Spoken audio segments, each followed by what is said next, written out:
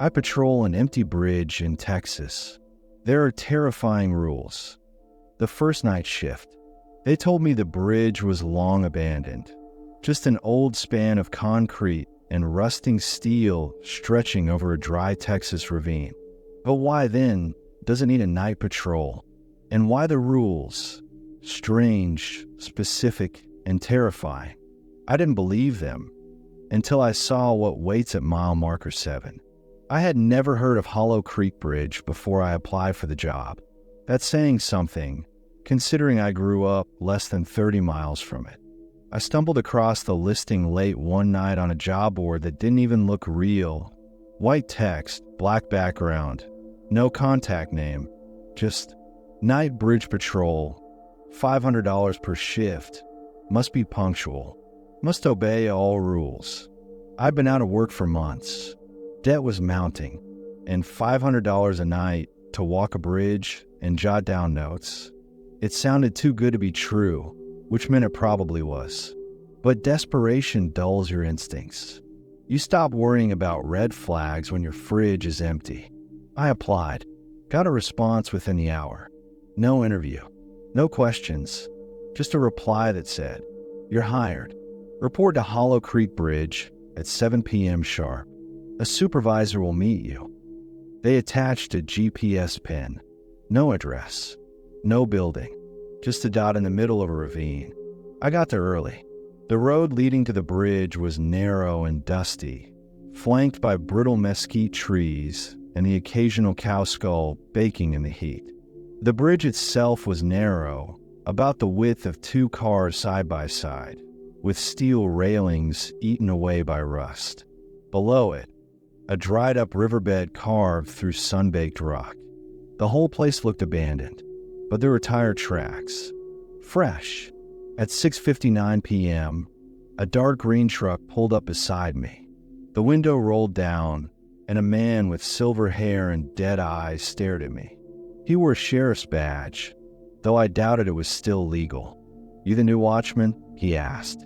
His voice sounded like gravel scraping metal. "Yeah, this the place."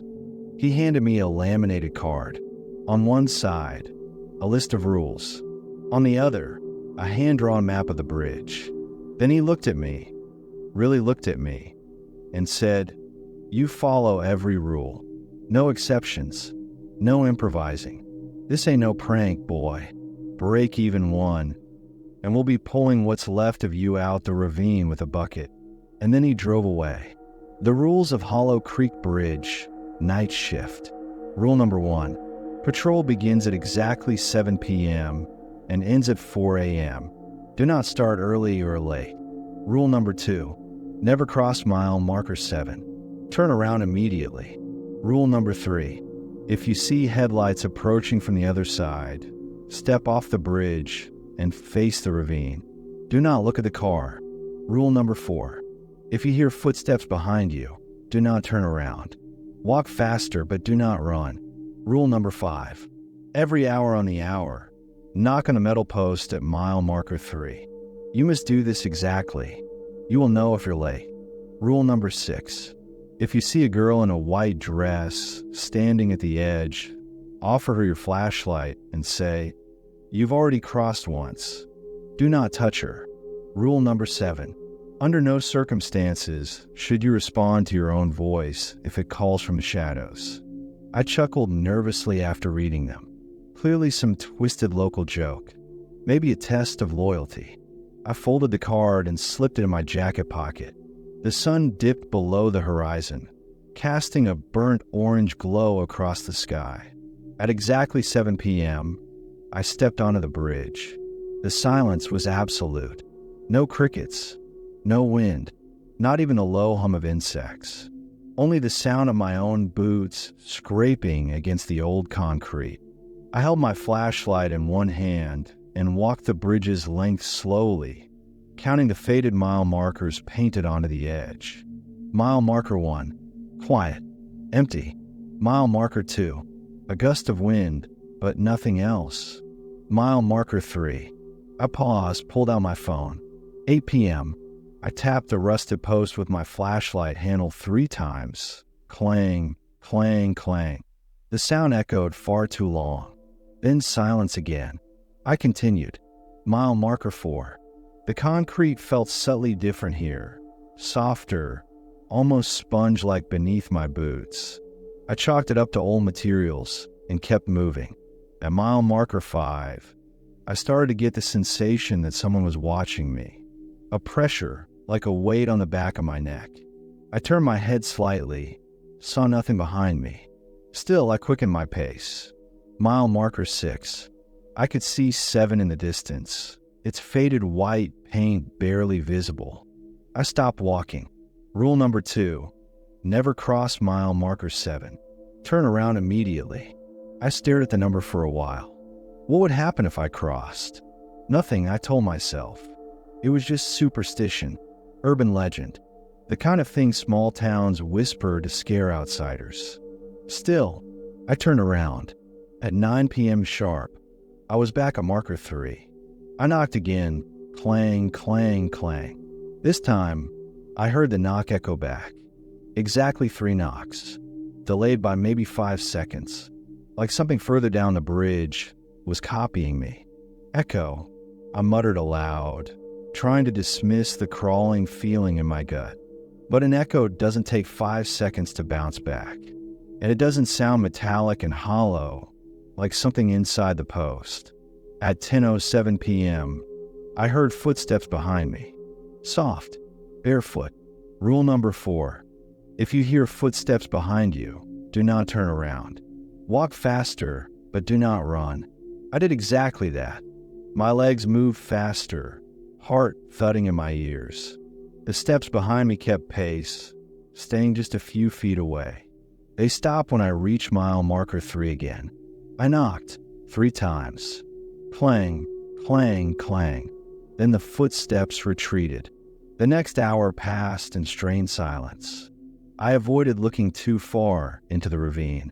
I swear I saw something down there once.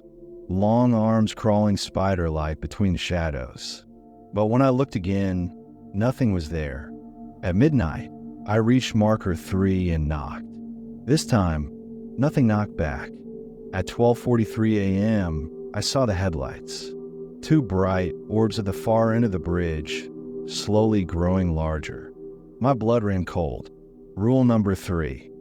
If you see headlights approaching from the other side, step off the bridge and face the ravine. Do not look at the car. I did what the rule said. I moved to the edge, placed my boots on the gravel just off the bridge, and turned to face the dry riverbed. The sound of the approaching car grew louder. Tires crunching old asphalt, the hum of a rattling engine, then silence. No passing, no stopping, just gone.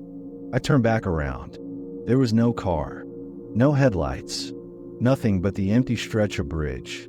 At 1:57 a.m., I saw her. A girl, white dress, long black hair, standing at the edge of the bridge near mile marker 6, staring into the ravine. I remember the rule. Rule number 6. If you see a girl in a white dress standing at the edge, offer her your flashlight and say, "You've already crossed once." I approached slowly. Every instinct in me screamed to run, but I held out the flashlight, hand trembling. "You've already crossed once," I said. She didn't move at first. Then slowly, agonizingly slow, she turned her head. Her eyes were hollow, not empty, but literally hollow, like her face was a mask and someone had punched out the eye holes. She took the flashlight and stepped off the edge. I screamed and rushed to the side, expecting to see her body hit the rocks. There was nothing, not even a sound. The hours between 2 o'clock and 4 a.m. blurred into each other. The rules kept me alive. I know that now. Every time I considered breaking one, something small reminded me. A whisper, a shadow, my own voice, calling from the darkness. "Hey, come over here. It's safe." But I didn't listen. At exactly 4 a.m., I stepped off the bridge. The second I did, the rising sun crested over the ravine. Birds began chirping. The weight on my chest lifted. I walked to my car, knees weak, hands numb. A fresh envelope sat on my dashboard. Inside was $500 in crisp bills. I told myself I wouldn't go back, but I also hadn't had $500 in my hand in months. And the rules worked. As long as I followed them, I was safe, right? Right? The voice in the dark. The first night I followed the rules, and I survived. Barely. But I went back, because $500 is a powerful incentive, and part of me needed to know what was really happening on that bridge. Now I wish I'd never returned, because the bridge doesn't just watch you, it learns. The second night started differently. I'd spent the entire day convincing myself I imagined half of what happened. The headlights, the girl, the delayed echo. Maybe my brain was fried. Lack of sleep, desperation, isolation. It messes with your senses. But I couldn't ignore the $500 envelope on my dashboard, or the gut-deep fear that if I broke a single rule, I wouldn't live to collect the next one. Still, something had shifted. I felt it even before I reached the bridge. The GPS led me the same way, through a winding dirt road with no signage. But the landscape looked different, subtly wrong. The trees leaned closer to the road. The moon, now waning, looked dimmer, as if viewed through smoked glass. When I arrived at the bridge, the sheriff's truck wasn't there. No briefing, no warning, just the wind. And this time, the bridge wasn't empty. There was a man already standing near the entrance. He was tall, maybe 6 feet 5 inches, wearing an old security jacket zipped up to his chin. His face was mostly in shadow, but I could see the sharp lines of his jaw and the gleam of something wet on his hands. He didn't acknowledge me. "Hey," I said cautiously. "You part of the crew?" No response. I took a step forward. That's when I noticed his boots weren't touching the ground. He hovered an inch above the surface, swaying gently like a branch in windless air.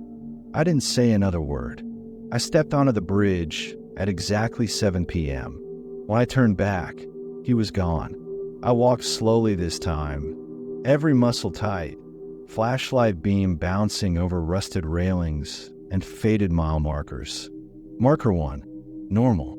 Marker 2, a bloodstain the size of a fist on the concrete. No body, just the stain. Fresh. I didn't stop walking. At marker 3, I knocked on the post. Clang, clang, clang. Nothing echoed. Instead, something whispered, "Too late." I checked my phone. It was exactly 8 p.m. The knock was on time, but the whisper chilled me. Not just the words, but the voice. Because it was mine, I pressed forward, passing marker 4 with growing unease. The air felt thicker, humid, like I was breathing through wet wool. The stars above looked distant, wrong, like someone had rearranged the sky. Then I heard the voice again. "Hey." I froze. It came from ahead this time. My own voice, clear as day, calling from just past marker 5. "Hey," it said again. "You forgot your flashlight." I tightened my grip on the flashlight in my hand. I still had it. "You dropped it," the voice insisted, more urgently. "Come back." Rule number 7. Do not respond to your own voice if it calls from the shadows. I didn't move, didn't speak, just stared down the bridge, heart hammering in my chest. Then it stepped into view. It was me. Same clothes, same gait, same tired eyes. But the face wasn't right. The mouth was too wide, the eyes too black.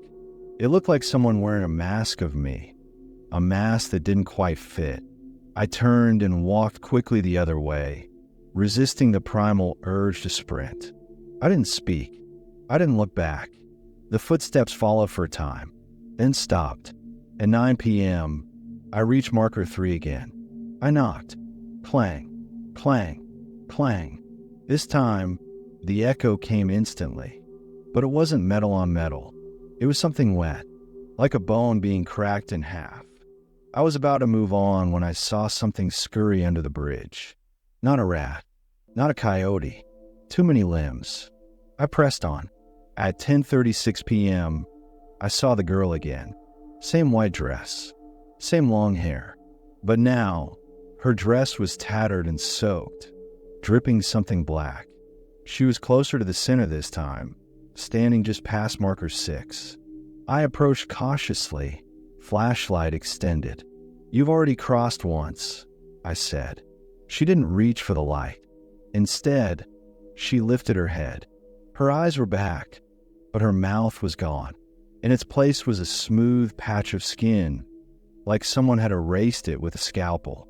She raised a single finger and pointed behind me. I didn't look. I held out the flashlight again. "Take it." She didn't move.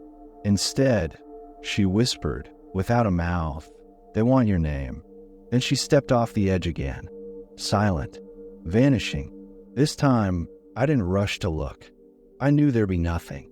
At 11 p.m., marker 3 again. I knocked. Clang, clang, clang. Something knocked back. 4 times. Clang, clang, clang, clang. A pause.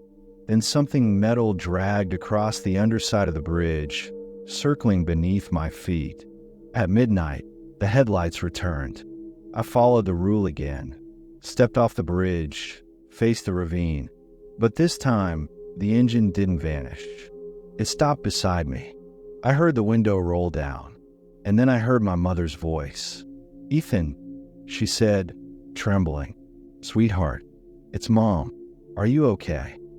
My throat closed. It sounded like her. Perfectly. Painfully perfect. But I hadn't spoken to my mom in over 5 years. Not since I left home. There's no way she would be here. No way she could know I was here. Still, my hand moved on its own, reaching toward the open window behind me. "Don't," said another voice. Quiet. Ragged. It came from the darkness just to my left. I looked reflex. There, crouched by the side of the bridge, was a man with no eyes. Just dark, dripping sockets and a cracked, toothless grin. "You don't want to see what's in there, boy," he rasped. I jerked my hand back. The car door slammed shut. The engine growled, and the vehicle vanished without a trace. I kept walking. The bridge was changing again. The markers were out of order. 1, 4, 2, 6, 5, 3. The numbers glowed faintly now, pulsing like a heartbeat. At 1:43 a.m., the air turned freezing. I saw my breath fog up, though it was summer in Texas. I passed something hanging from the railing. A shirt. My shirt. I stopped cold. It wasn't possible. It was the exact shirt I'd thrown away years ago. A tear near the sleeve. A faded logo on the chest. Underneath it, a photograph pinned to the railing with a rusted knife. A photo of me, asleep in my bed. I didn't sleep the rest of the night. I walked the full length of the bridge back and forth, eyes wide, refusing to blink too long. The whispers returned around 3 a.m. Constant, soft. They said things no one could know. "Your father cried when you left. She died waiting for your call. You're nothing. You were meant to come here." At 4 a.m., I stumbled off the bridge. The sun rose instantly, like someone threw a switch. I found the envelope on my dashboard. Another $500. This time, there was something else tucked beneath it. A second laminated card. New rules. Additional rules. Night 3 and beyond. Rule number 8. You may see the bridge continue past mile marker 7. It is a lie. Do not follow it. Rule number 9. If the bridge begins to hum, cover your ears and lie flat. Do not look up. Rule number 10. If someone you love appears on the bridge, ask them this: "What did we bury beneath the pecan tree?" If they answer correctly, run. If they don't, jump. I sat in my car for nearly 20 minutes, reading those words over and over. The bridge wasn't just haunted. It was alive, and it was learning about me, studying me, preparing something. But I couldn't stop. Not yet. I needed to know the truth, even if it meant never coming back, even if it meant I wouldn't leave at all. Beneath the pecan tree, each night I walk that bridge, the rules multiply, they shift, they adapt, and now the bridge knows who I am. It whispers my memories, shows me faces I buried. But last night, it gave me a choice: believe the lie or dig up the truth. And the truth was buried under the pecan tree. I didn't go home after night 2. I parked at a 24-hour diner 10 miles from the bridge and sat for hours, nursing black coffee, trying to steady my hands. I read the new rules a dozen times, especially rule number 10. If someone you love appears on the bridge, ask them this: what did we bury beneath the pecan tree? If they answer correctly, run. If they don't, jump. That one sat in my gut like a cold stone, because I knew what I buried there. The pecan tree sat in the field behind our old farmhouse in East Texas. Gnarled, crooked, leaning like it carried secrets in its branches. It was where I carved my name at age 6, where my brother broke his leg falling from its limbs, and where, one sweltering July, we buried something we swore never to speak of again. A shoebox. Inside, a crow feather, a pocket knife, a blood-stained Bible page, and a human tooth. We were 12, and we were stupid, but the bridge knew. Night 3, there was no briefing again, just the same eerie arrival at twilight, same creeping fog coiling around the mouth of the bridge. But this time, the bridge was different, longer, wider, like it had grown. It shouldn't have been possible, but I saw mile marker 8 now, faint in the distance, shimmering like a mirage.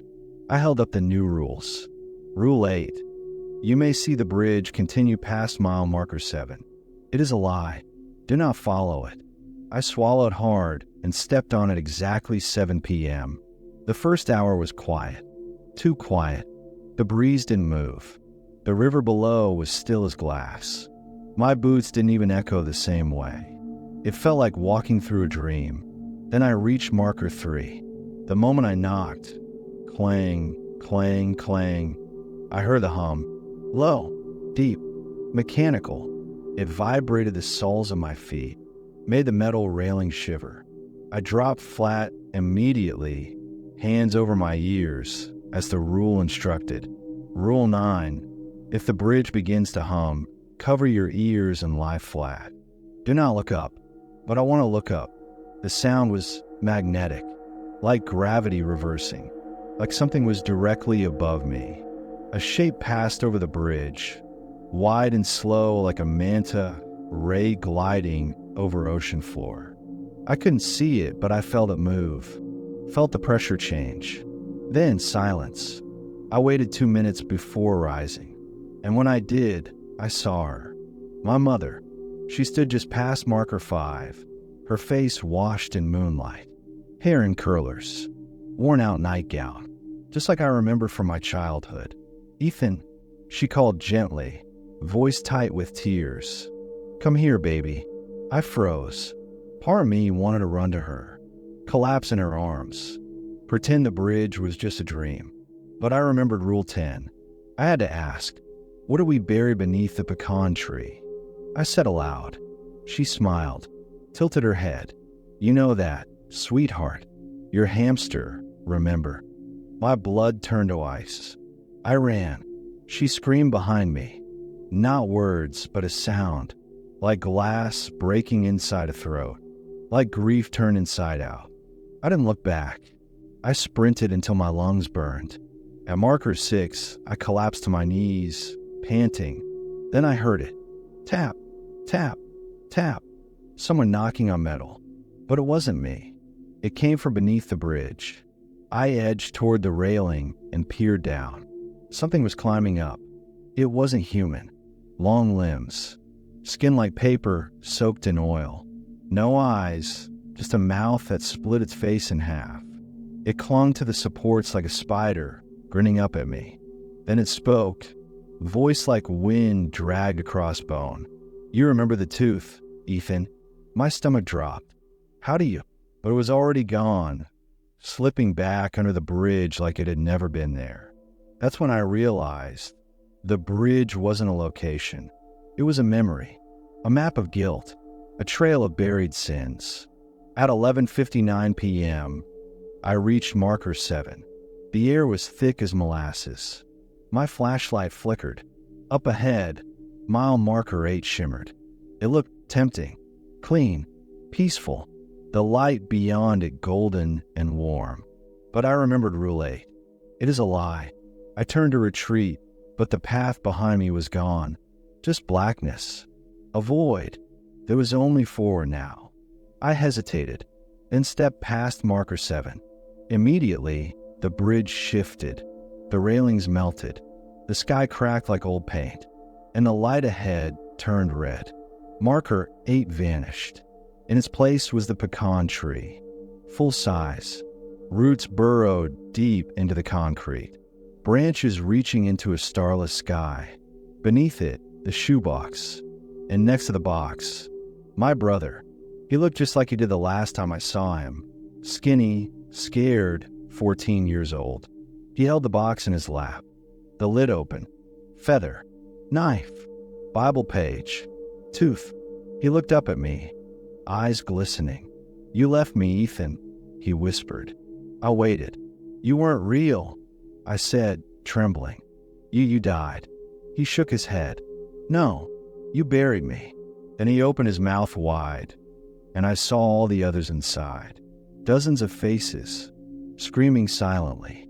My mother, the girl from the first night, the sheriff, me. He stood. "Take the box," he said. I backed away. "If you don't, you'll have to stay," he warned. The tree groaned. A branch snapped. The sky above rippled. Then I remembered something the sheriff said my first night. The bridge ain't a place. It's a decision. I made mine. I lunged forward, grabbed the box, and ran. The world buckled. The bridge shook violently. Voices howled from every direction, a cacophony of memories and monsters. But I didn't stop. I clutched the box to my chest and sprinted until my legs gave out. And suddenly, I was back, dawn breaking over the desert. My car parked right where I left it, and on the dash, another envelope. Inside, $500, and a single, handwritten note. Night 4. They remember you now. Do not dream. The bridge comes home. You think the bridge was just a place, a stretch of haunted highway tucked away in Texas. But what if it wasn't? What if it remembered you, followed you home? What if the rules didn't end at the last mile marker, but kept rewriting themselves in your own mind? Because after night 3, I didn't just patrol the bridge anymore. The bridge patrolled me. I should have left town. I should have taken that envelope, burned the rules, and driven into the sunrise without looking back. But I didn't, because something had changed after that last night. It followed me, and I don't mean metaphorically. I woke up in my motel room to scratching. Faint at first, like dry leaves brushing the window, then louder, more deliberate. Scrape, scrape, scratch. I checked the curtains. Nothing. But when I stepped outside, I saw it, footprints. Not boot prints, not animal tracks. Bare feet, dozens of them, leading to my door and then vanishing. I should have packed right then, but I was already too far in. I hadn't slept. Couldn't. Every time I closed my eyes, I heard the hum again, felt the metal bridge press beneath me, smelled the coppery tang of blood in the air. And then came the dreams. Or maybe they were more than dreams. In one, I stood in my childhood kitchen. Everything just like I remembered. Yellowing wallpaper, rusted sink, mom's cross-stitch on the wall. Except the window looked out onto the bridge. Marker 1 stood just beyond the glass. My mother turned from the stove, her face hollowed out. "You forgot Rule 11, she whispered. "What?" I stammered.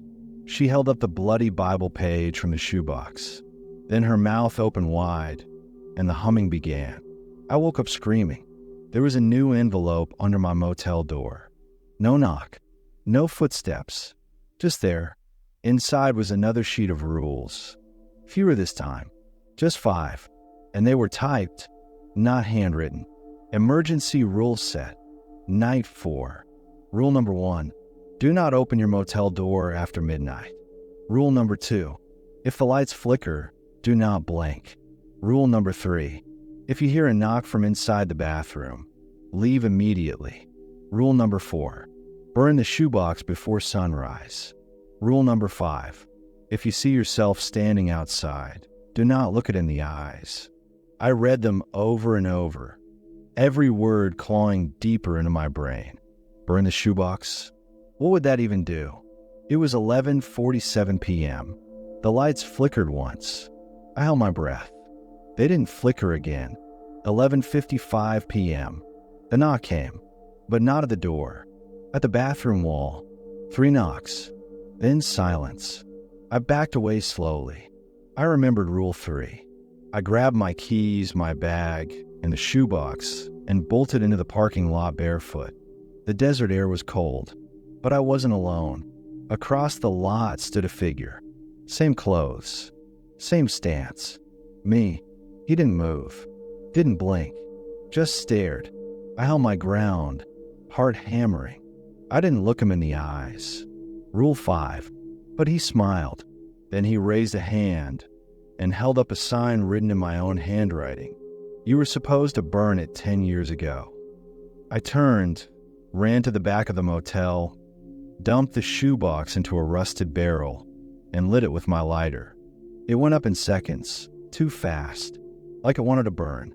The flames danced unnaturally high, flickering with colors no fire should make. Green, violet, oily blue. The second it was gone, the air changed, like something exhaled. Behind me, the other me was gone. So was the knocking. I didn't go back inside. I drove, mile after mile into the desert, letting the sunrise chase away the shadows. And that was when I saw it. A road sign, brown, weather-worn. I almost didn't register it first. Toll bridge, 8 miles. My blood froze. It wasn't supposed to be anywhere near here, but there it was. The bridge had moved. I found Sheriff Holden at the station just before lunch. He looked like he hadn't slept in days. There were bags under his eyes, and he jumped at every creak in the floorboards. You burned it, didn't you? He asked without preamble. I nodded. Then you've really done it, he muttered, rubbing his temples. The bridge don't like that. I need answers. I snapped. What is this? Why me? Why now? He leaned back in his chair, looked at me like a man about to confess something he never wanted to say aloud. 40 years ago, he began, we thought we could seal it. That damn bridge. We found the heart of it. The place it started. A rift between here and something else. Another dimension? I asked, skeptical. He shook his head. Not a place. A memory. One that feeds off secrets. Guilt. Buried truths. That's why it takes people. Not because it wants bodies. Because it wants stories. He pulled something from a drawer. A photo. For kids standing in front of the pecan tree. One of them was me. Another was my brother. And the third, that's not possible. I whispered. That's you. He nodded. We were chosen. Just like you. That night, I decided to return. Not to patrol. To end it. The bridge wasn't a job. It was a sentence. And I was going to serve mine to the end. The road to the bridge was different now. No mile markers. Just fog. The air was hot, humid, like the breath of some enormous animal. At 6:59 p.m., I stepped onto the steel. The hum greeted me instantly, and this time I looked up. A hole had opened in the sky. Not black, white, blinding, buzzing, and from it descended strands, tendrils, like the bridge was fishing, and we were the bait. Voices whispered through the fog. People I'd lost. People I'd wronged. One voice louder than the rest. You can end this, Ethan. You know how. Just reach marker 10. There is no marker 10, I whispered. But the bridge shifted, and in the distance, a new sign gleamed. 10. I ran, feet pounding steel, mile after mile, past illusions, phantoms, memories made flesh. Each one called to me, screamed, begged, but I kept running. And when I reached it, when I stood before marker 10, I understood. There was no ritual, no incantation, no dramatic final stand, just a choice. A door opened in the bridge, and behind it, myself, the real me, or the last piece of me that hadn't yet forgotten. It held out a hand. Give it your name, it said, and you'll be free. I hesitated, because names hold power. They anchor us to reality. But I was tired of rules, tired of walking in circles. I placed my name in its hand. The fog rushed in, the bridge crumbled, and the world went black. I woke up in my car, back on Highway 3, just outside of town. The bridge was gone, as if it had never existed. But taped to my steering wheel was another envelope. No money this time, just a note. Night 5, one more patrol. This time, bring a passenger. You think this is just another haunted road, that it ends where the bridge ends. But it doesn't. It never did. Because the bridge doesn't need steel to exist. It only needs you. Tonight is the final patrol. Tonight, the toll must be paid. And I have to choose who pays it. The final toll.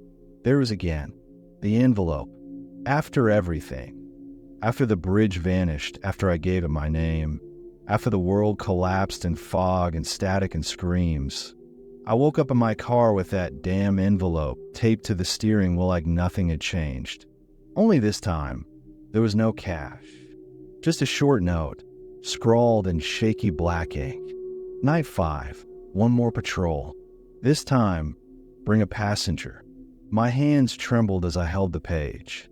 The words seemed to shimmer, like they were vibrating, like they weren't ink at all, but tiny writhing things. I should have burned it. Should have driven until the wheels gave out.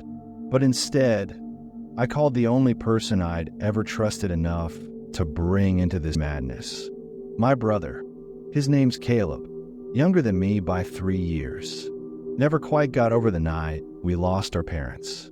We hadn't spoken in months, not after I walked away from the family business, from life, from everything. He didn't ask why I called. Just showed up at the diner parking lot where we used to get milkshakes as kids. Is it about them? He asked quietly. I didn't answer, just held out the envelope. His eyes scanned the words. His jaw clenched. I dreamed of the bridge 2 nights ago, he whispered. Didn't know what it meant. Thought it was just trauma. It wasn't, I said, and it's not done with me. Not yet. He didn't run. He just nodded, climbed into the passenger's seat, and said, then let's finish it. We drove in silence.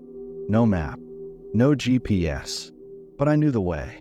Even though the bridge had vanished from the real world, the road remembered. The fog began just outside Sandstone County. By the time we hit the long, winding descent toward where mile marker 1 had once stood, my breath was fogging the windshield from the inside. Then came the humming, subtle at first, then deafening. The dashboard flickered. The radio turned on by itself. A voice crackled through the static. Only one returns. I slammed the brakes. No, Caleb said firmly. We both go. We both come back. But I already knew it wasn't that simple. The bridge needed a toll. And this time, it wanted more than stories. At exactly 6:59 p.m., the road unfurled into steel. The bridge returned, not rebuilt, resurrected, its girders twisted into impossible shapes. The mile markers taller, jagged, etched with new numbers. Not 1 to 9, but I, 2, 3, 4, V, 6, 7, 8, 9, X, 11, 12, 13. 13 markers, one for each soul.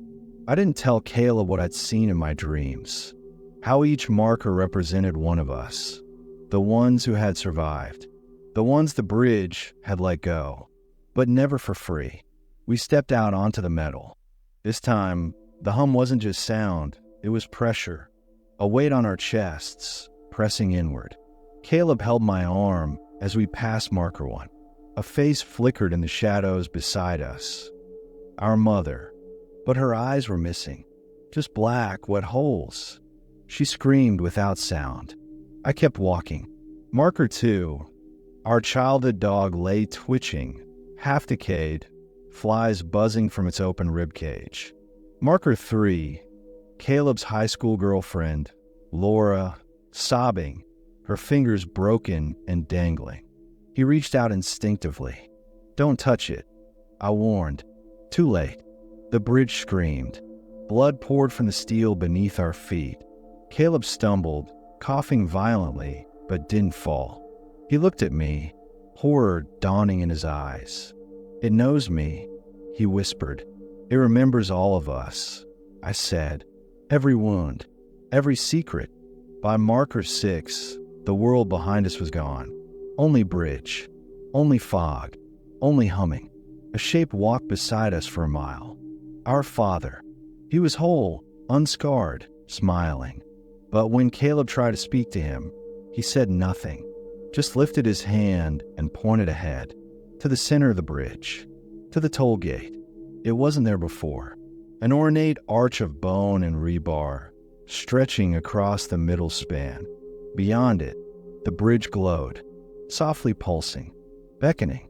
Under the arch sat a booth, like a highway toll booth, but old, rotted wood, rusted chains. Inside sat a figure, not human. It wore a conductor's uniform, faded navy blue with gold trim. Its face was obscured by shadow, but its mouth smiled, a wide, cracking, bleeding smile full of jagged yellow teeth. It spoke without moving. "Only one may pass. One must remain. The bridge demands it."